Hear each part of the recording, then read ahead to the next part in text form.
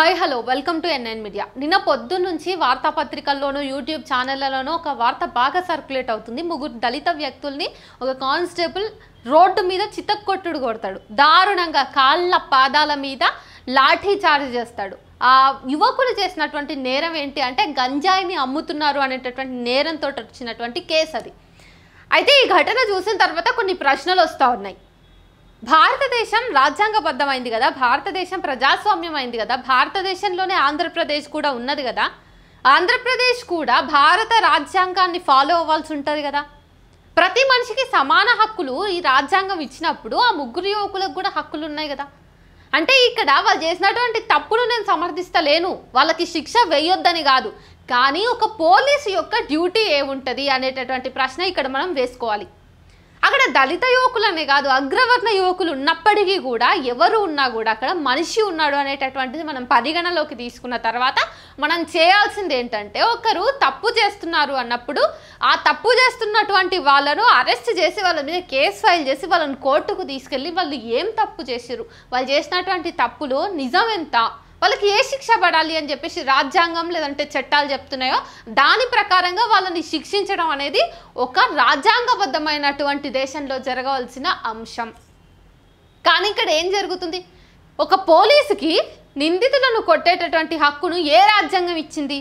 నాకు తెలిసి భారతదేశంలో ఉన్నటువంటి రాజ్యాంగం అయితే పబ్లిక్గా ఒక మనిషిని వాళ్ళే స్వేచ్ఛ తీసుకొని కొట్టేటటువంటి అధికారం ఇవ్వలేదు. ఎందుకంటే మనకు ఒక వ్యక్తిని శిక్షించాలంటే దానికి సంబంధించిన శిక్షా స్మృతులు ఉన్నాయి, రాజ్యాంగం ఉంది, చట్టాలు ఉన్నాయి. మరి ఈ నేపథ్యంలో అంత ధైర్యంగా దళితులు కాబట్టే కొడుతున్నారు అనే విషయాన్ని కనీసం బ్రెయిన్ ఉన్న వాళ్ళైనా అర్థం చేసుకోవాల్సి ఉంటుంది ఇక్కడ. అంటే ఒకరు అన్నారు, డబ్బున్న వాళ్ళు లేదంటే పెద్ద కులం వాళ్ళు ఎంత కాన్ఫిడెంట్గా నేరాలు చేస్తారో దళితులు కానీ ఎవరైతే తక్కువ కులం వాళ్ళు ఉన్నారో వాళ్ళు అంత కాన్ఫిడెంట్గా నేరాలు చేయలేరు. ఈవెన్ ఇఫ్ వాళ్ళు నేరాలకి కమిట్ అయినా కూడా వాళ్ళని సమాజం కానీ పోలీసు వ్యవస్థ కానీ న్యాయ వ్యవస్థ కానీ ట్రీట్ చేసేటటువంటి విధానంలో ఒక డిఫరెన్స్ అనేది మనకు కనిపిస్తుంది అని చెప్పేసి రీసెంట్గా రిలీజ్ అయినటువంటి సినిమా 23 కూడా ఇదే అంశాన్ని లేవనెత్తి ఒకే రకమైనటువంటి లేదంటే ఒకే తీవ్రత కలిగినటువంటి నేరాన్ని ఇద్దరు వివిధ శ్రేణుల్లోని వ్యక్తులు లేదా వివిధ వర్ణాల్లోని వ్యక్తులు చేసినప్పుడు ఈ చట్టం కానీ ఈ పోలీసు వ్యవస్థ కానీ ఈ రాజకీయ ప్రపంచం కానీ వాళ్ళని ఏ రకంగా శిక్షిస్తుంది, వాళ్ళని ఎట్లా ట్రీట్ చేస్తుంది అనేటటువంటి డిఫరెన్షియేషన్ని 23 సినిమాలో వాళ్ళు కరెక్ట్గా చూపించగలిగారు. దాని సినిమాలాగా చూసినటువంటి ఈ ఏదైతే కాన్సెప్ట్ ఉందో దీన్ని నిజ జీవితంలోకి తెచ్చి గుంటూరు ఐతానగర్లో జరిగినటువంటి ఘటన అనేది నిదర్శనంగా నిలబడుతుంది. అయితే ఈ నేపథ్యంలో అక్కడ పోలీసుకి ఆ వ్యక్తుల్ని కొట్టేటటువంటి అధికారం ఎవరిచ్చిర్రు? మరి ఆ రాష్ట్రానికి ముఖ్యమంత్రి అయిన చంద్రబాబు నాయుడు ఇచ్చిండా, డీసీఎం అయినటువంటి పవన్ కళ్యాణ్ ఇచ్చిండా? పవన్ కళ్యాణ్ కానీ చంద్రబాబు నాయుడు కానీ ఆ రోజు పదవిలోకి వచ్చే ముందు లేదంటే ఎన్నికల కంటే ముందు చేసినటువంటి ప్రచారార్భాటాల్లో వాళ్ళు చెప్పింది ఏంటంటే వాళ్ళ పాలనలో రాష్ట్రంలో శాంతి భద్రతలకు మంచిగా వాళ్ళు గౌరవిస్తారు, శాంతి కోసము భద్రత కోసము వాళ్ళు కట్టుబడి ఉంటాము అని చెప్పేసి నానా మాటలు మాట్లాడినారు.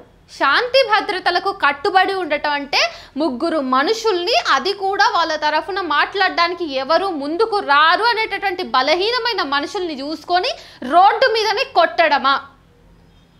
ఒకవేళ ఇదే నిజమైతే నిజంగా మన ఆంధ్రప్రదేశ్ రాష్ట్రంలో ఎంతమంది గంజాయిని సరఫరా చేస్తూ లేకంటే అక్రమంగా దందాలు నిర్వహిస్తూ లేకంటే వివిధ కుంభకోణాలు చేస్తూ పట్టుబడినటువంటి వాళ్ళు ఎంతమంది లేరు?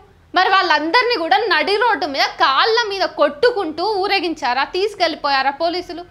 కాదు కదా. మీ చర్యలు ప్రతి ఒక్కరిని సమానంగా చూడలేనప్పుడు ఇట్లాంటి ఘటనలు చేయకుండా కొంచెం ఓర్చుకుని కూర్చోవాలి. పోలీస్ స్టేషన్కి తీసుకెళ్ళి విచారణ చేసి కేసును ఒక ప్రాపర్ పద్ధతిలో ప్రొసీడ్ అయ్యేలాగా చూసుకోవాలి. ఇట్లాంటి వాటిని శాంతి భద్రతలు అనరు. మరి డీసీఎం గారికి ఏం పట్టదో ఏమో నాకు తెలియదు, కానీ రాష్ట్రంలో ఒకదాని తర్వాత ఒకటి దళితులకు సంబంధించిన ఇష్యూస్ వస్తున్నాయి. ఇక్కడ వాళ్ళు నేరం చేయలేదు అని కాదు, వాళ్ళు చేసినటువంటి నేరానికి పడవలసిన శిక్ష కాకుండా వాళ్ళ మానవ హక్కులు భంగం అవుతున్నాయి అన్నది మనం పెట్టుకోవాలి. కజబ్ను చంపే హక్కు మనకు ఎప్పుడో ఉండే. వాడు డైరెక్ట్గా వచ్చిండు ముంబైలో జరిగినటువంటి బాంబ్ బ్లాస్ట్ అప్పుడు వాడు మనుషుల్ని చంపేసిండు. మనం స్పాట్లో వాడిని చంపేసి మేము మా రక్షణ కోసం చంపినామని భారత ప్రభుత్వం చెప్పుకునేటటువంటి హక్కు అధికారం అంత చనువు అప్పుడు ఉండేది, అప్పుడు ఉంది. ఆ చొరవ అప్పుడు ఉన్నది భారత ప్రభుత్వానికి. కానీ మనం ఏం చేసాము, చాలా చాలా సహేతుకంగా వాడిని తీసుకెళ్ళి కోర్టులో ప్రొసీడింగ్స్ చేసి కోర్టు ఏదైతే శిక్ష వేసిందో అది మాత్రమే వాడి మీద అమలయ్యేలాగా జాగ్రత్త పడ్డాం. మరి ఇవన్నీ కూడా మనకి ఏం చెప్తున్నాయి అంటే, రాజ్యాంగబద్ధమైన ప్రజాస్వామ్య దేశంలో మనం రాసుకున్నటువంటి రాజ్యాంగానికి కట్టుబడి మాత్రమే మనం అందరం కూడా చర్యలు చేస్తాము, మనం చేసే పనులన్నీ కూడా రాజ్యాంగానికి లోబడే ఉంటాయనేటటువంటి ప్రామిస్ని మనం ఎవ్రీ సిచ్యువేషన్లో ప్రూవ్ చేయాల్సి ఉంటుంది. ఎందుకంటే మనం ఒక సిద్ధాంతాన్ని గీసుకున్నప్పుడు ఆ సిద్ధాంతం మీద నడవాలి తప్పిస్తే ఆ సిద్ధాంతాన్ని పక్కకు నెట్టి పూటకో మాట ఎత్తుకోవడానికి ఆంధ్రప్రదేశ్ డీసీఎం అయిన పవన్ కళ్యాణ్లం కాదు మనము. నాకు తెలిసి ఈ పోలీస్ ఆఫీసర్ ఈయనకి ఈరోజు ఈయనకి చాలా గౌరవం దొరుకుతుంది ఈరోజు, కానీ ఈయన చేసినటువంటి మానవ హక్కుల ఉల్లంఘనని ఎవడూ ప్రశ్నిస్తలేడు. నాకు తెలిసి ఈయన పవన్ కళ్యాణ్నే ఆదర్శంగా తీసుకున్నట్టుండు. అందుకనే కాబోలు ఈయన తన రాజ్యాంగాన్ని కూడా మర్చిపోయి, అంటే ఏ రాజ్యాంగం వల్ల అయితే ఆ వ్యక్తికి ఉద్యోగం వచ్చిందో, ఏ రాజ్యాంగ స్ఫూర్తితోటి ఆయన తన పదవిని లేదంటే ఆయన ఉద్యోగాన్ని ముందుకు తీసుకెళ్లాలో ఆ స్ఫూర్తిని కూడా మంట కలిపి ఈరోజు నడి రోడ్డు మీద మనుషుల్ని కొట్టిండు. పోలీసుల యొక్క జాబ్ ఏంటి, వాళ్ళ ఉద్యోగం, వాళ్ళ విధి ఏంటి అన్నది మనం అర్థం చేసుకోవాలని చూస్తే, ఒక మనిషిని శిక్షించడం అనేది ఎప్పుడు కూడా పోలీసుల చేతిలో ఉన్నటువంటి అధికారం కాదు. రాజ్యాంగం మీద లేదంటే చట్టాల మీద, న్యాయ వ్యవస్థ మీద కనీస అవగాహన ఉన్న ఎవరైనా ఈ విషయాన్ని అర్థం చేసుకోవచ్చు. పోలీసులు కేవలం ఎవరైతే నేరాన్ని కమిట్ చేశారో లేదంటే ఎవరైనా అనుమానితులు ఉన్నారో వాళ్ళని కోర్టులో హాజరుపరిచిన తర్వాత న్యాయ వ్యవస్థ సదరు వ్యక్తి యొక్క నేరాన్ని మొత్తం నిరూపితం చేసిన తర్వాత వాళ్ళకి ఎట్లాంటి శిక్ష అమలవ్వాలో చట్టం ఏం చెప్తుందో దానికి లోబడి ఆ శిక్షల్ని మాత్రమే అమలుపరచాలి. ఇది శిక్షించడం లేదంటే ఆ మనిషిని మార్చడం అనే బాధ్యత పూర్తి స్థాయిలో న్యాయ వ్యవస్థకు ఉన్నది, న్యాయస్థానాలకు, న్యాయవాదులకు, వీళ్ళకు ఉన్నటువంటిది. అంతే తప్ప పోలీసులకి కాదు. శాంతి భద్రతల్ని నెలకొల్పడంలో పోలీసుల పాత్ర ఏంటి? ఒక రోడ్డు మీద ఒక ఇన్సిడెంట్ జరిగినప్పుడు దాన్ని వీలైనంత తొందరగా క్లియర్ చేసి ఎవరైతే అక్కడ నేరం చేశారో లేదంటే ఎవరైతే అక్కడ నిందితులు ఉన్నారో వాళ్ళని పోలీస్ స్టేషన్కి తీసుకెళ్ళి ఆ పంచాయతీ అక్కడ పెట్టుకోవాలి. అక్కడైనా కానీ ఇష్టానుసారంగా లాఠీ చార్జీలు చేసుడు, ఇష్టానుసారంగా 3rd డిగ్రీలు ప్రయోగించడము, ఎట్లాగో కులం తక్కువ వాడి తరఫున మాట్లాడడానికి గొంతుకే ఉండదు అని చెప్పేసి వాయిస్లెస్ పీపుల్కి అగేన్స్ట్గా చట్టాన్ని చేతుల్లోకి తీసుకోవడం అయితే పోలీసుల జాబ్ కానే కాదు. మరి పవన్ కళ్యాణ్ గారు, చంద్రబాబు నాయుడు గారు దీనిల మీద, ఇలాంటి ఘటనల మీద కాన్సన్ట్రేట్ చేయట్లేదు. నిజం చెప్పాలంటే ఒక కానిస్టేబుల్ నడి రోడ్డు మీద 3 వ్యక్తుల్ని కొడుతున్నాడు అత్యంత కిరాతకంగా. అంటే ఇక్కడ మనం ఏమర్థం చేసుకోవచ్చు తెలుసా? అంతో ఇంతో ముఖ్యమంత్రి, ఉప ముఖ్యమంత్రుల అండదండ లేకపోతే ఒక సాధారణ కానిస్టేబుల్ స్థాయి ఉద్యోగి ఇట్లా చేయగలడా? ఇంత దారుణానికి పాల్పడగలదా? అంటే ఇతను ఈరోజు చేసినటువంటి చర్య వెనుక ముఖ్యమంత్రి, ఉప ముఖ్యమంత్రి లేరు అనుకోవాలంటే మనకి ఎట్లా అవుతుంది? పవర్ ఉన్నవాడే కదా ఇట్లాంటి దాడులకు పాల్పడతాడు.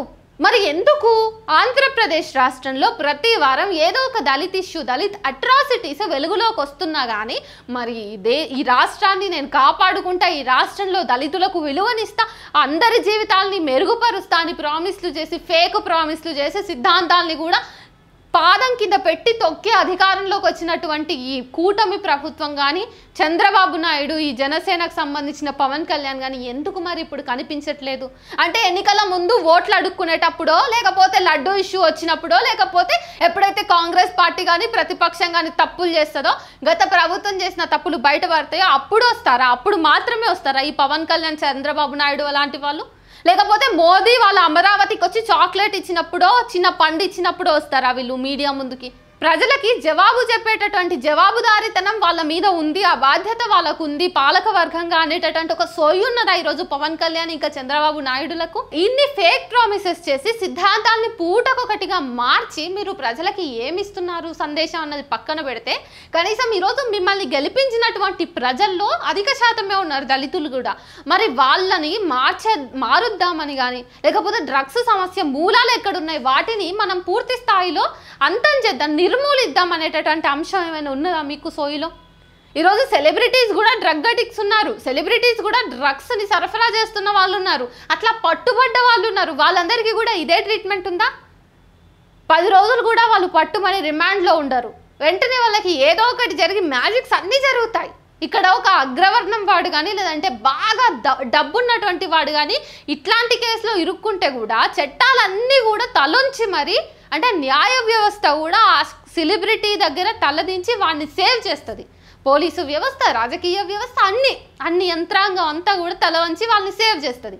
ఇక్కడ మేము వీళ్ళని సేవ్ చేయమనే అనట్లేదు, రాజ్యాంగబద్ధంగా శిక్షించాల్సి ఉండే కదా, అది పోలీసు బాధ్యత కదా. ఇక్కడ పోలీసు జవాబుదారీతనం లేదు. ఇక్కడ పైగా పోలీసుని చంపేయాలని చూసిర్రు ఆ యువకులు అనేటటువంటి ఒక అబద్ధపు కేసు మళ్ళీ పెడతారు. అంటే వాళ్ళు చేసిన నేరం ఒకటైతే వీళ్ళే ఆ కానిస్టేబుల్ని చంపాలనుకున్నారు అని చెప్పేసి ఇక్కడ ఎన్ని లేయర్స్ ఆఫ్ డిస్క్రిమినేషన్ అనేది ఇక్కడ కనిపిస్తుంది అన్నది ఆలోచిస్తే మనం ఇక్కడ ఖచ్చితంగా ప్రభుత్వం యొక్క వైఫల్యాన్ని అర్థం చేసుకోవచ్చు. ఎందుకంటే ప్రభుత్వము తన పోలీసు యంత్రాంగానికి ఎట్లాంటి దిశానిర్దేశం చేస్తుంది. ఈరోజు తప్పుడు కేసు పెట్టి జనాల్ని లోపలికి ఏమనా, లేకపోతే గ్రామ బహిష్కరణలు చేసినప్పుడు సహించమనా, లేకపోతే ఇట్లా దళితులే ఒకవేళ నేరం చేసినట్టుగా ఉంటే ఆ దళితుల్ని నడి రోడ్డు మీద కొట్టామని చెప్తుందా ఈ ప్రభుత్వం? ఇవన్నీ చూసుకుంటే ఖచ్చితంగా ఇక్కడ ఉన్నటువంటి యువకుల మానవ హక్కులకు ఎట్లాంటి భంగం కలగకుండా ఆల్రెడీ వాళ్ళు దెబ్బలు తిన్నారు, వాళ్ళు నష్టపోయినారు. జనం మధ్య నిలబట్టి కొట్టడం అనేది ఒక సాధారణమైనటువంటి చర్య కాదు. ఆ ఘటన ఏ మనిషి కూడా తన జీవితంలో ఎక్స్పీరియన్స్ చేయకూడదు. ఎందుకంటే ఏ మనిషికి, ఇంక్లూడింగ్ పొలిటీషియన్స్, లేదంటే ప్రధానమంత్రికి, లేదంటే ప్రథమ పౌరుడైనటువంటి ప్రెసిడెంట్కి కూడా ఆ హక్కు ఉండదు ఒక మనిషిని నడి రోడ్డు మీద నిలబెట్టి కొట్టాలి అని చెప్పేసి. సో ఇదంతా ఆలోచిస్తే ఖచ్చితంగా ఈ వ్యక్తులకి న్యాయం జరగాలి, ఆ ముగ్గురు అబ్బాయిలకి న్యాయం జరగాలి. ఈ కేసుని పూర్తి స్థాయిలో సమీక్షించి, అంటే విచారించి ఎక్కడ తప్పు జరిగింది అండ్ ఈ పోలీసుకి కూడా పడాల్సినటువంటి శిక్ష పడాలి ఖచ్చితంగా.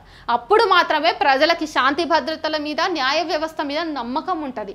కూటమి ప్రభుత్వం వచ్చిన తర్వాత ఆంధ్రప్రదేశ్ ప్రజలకు రోజుకు న్యాయ వ్యవస్థ మీద, ప్రభుత్వ పాలనా విధానాల మీద డౌట్ వస్తుంది, నచ్చట్లేదు. వాళ్ళు ఆల్రెడీ అసమ్మతిని తెలియజేస్తూ ఉన్నారు. చాలా చోట్లలో చాలా రకాలైనటువంటి ఇన్సిడెంట్సే దానికి సాక్ష్యంగా నిలబడుతున్నాయి. కాబట్టి ఇప్పటికైనా కూటమి ప్రభుత్వం కొంచెం మెలకు వచ్చి ప్రతిపక్షం చేసినటువంటి అక్రమాలు అప్పుడే బయటికి వచ్చాడు కాకుండా ఇట్లాంటి మీ యంత్రాంగం తప్పులు చేసినప్పుడు కూడా ప్రజల తరఫున నిలబడి పాలకులు ముందున్నట్టయితే ప్రజలు మళ్ళీ మిమ్మల్ని గెలిపించడానికి వాళ్ళు ఎప్పుడు ముందే ఉంటారు అని చెప్పేసి తెలియజేస్తున్నా.